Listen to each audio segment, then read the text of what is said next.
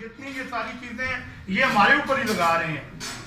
میں اس چیز کو نہیں مانتا ہوں, میں اس چیز کی مذمت کرتا ہوں. میری چھوٹی سی تجویز یہ میرے سے پہلے بھائی بتا چکے ہیں کہ اگر ہم اپنے ایم پی اے کو کور کر لیں, کیونکہ یہ جو رولز ہیں یہ ختم بھی اسمبلی صوبائی اسمبلی میں ہوتے ہیں اور بنتے بھی ادھر ہیں, یہ ان کی ترمیم کر سکتے ہیں.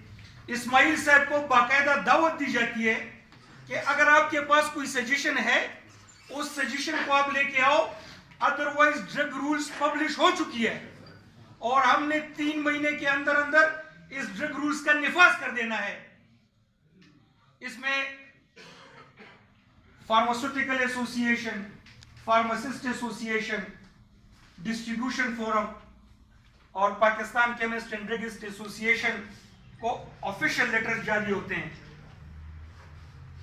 ہمارے اسماعیل صاحب جب جاتے ہیں تو وہ کہتے ہیں کہ جی یہ ڈرگ رولز تو آپ نے جو پبلش کیا ہے یہ تو انگلش میں, ہمارا کیمسٹ بیچارے کو تو انگلش آتی نہیں ہے, آپ اس کو اردو میں پبلش کریں. سب سے پہلا جو سٹگما میں کہتا ہوں, ان کی ریکویسٹ آفیشیل موجود ہے لیٹرز کی صورت میں, ہم اس کو پبلش کر چکے ہیں کہ انہوں نے کہا کہ کیمسٹوں کو انگلش نہیں آتی, آپ اس کو اردو میں پبلش کریں.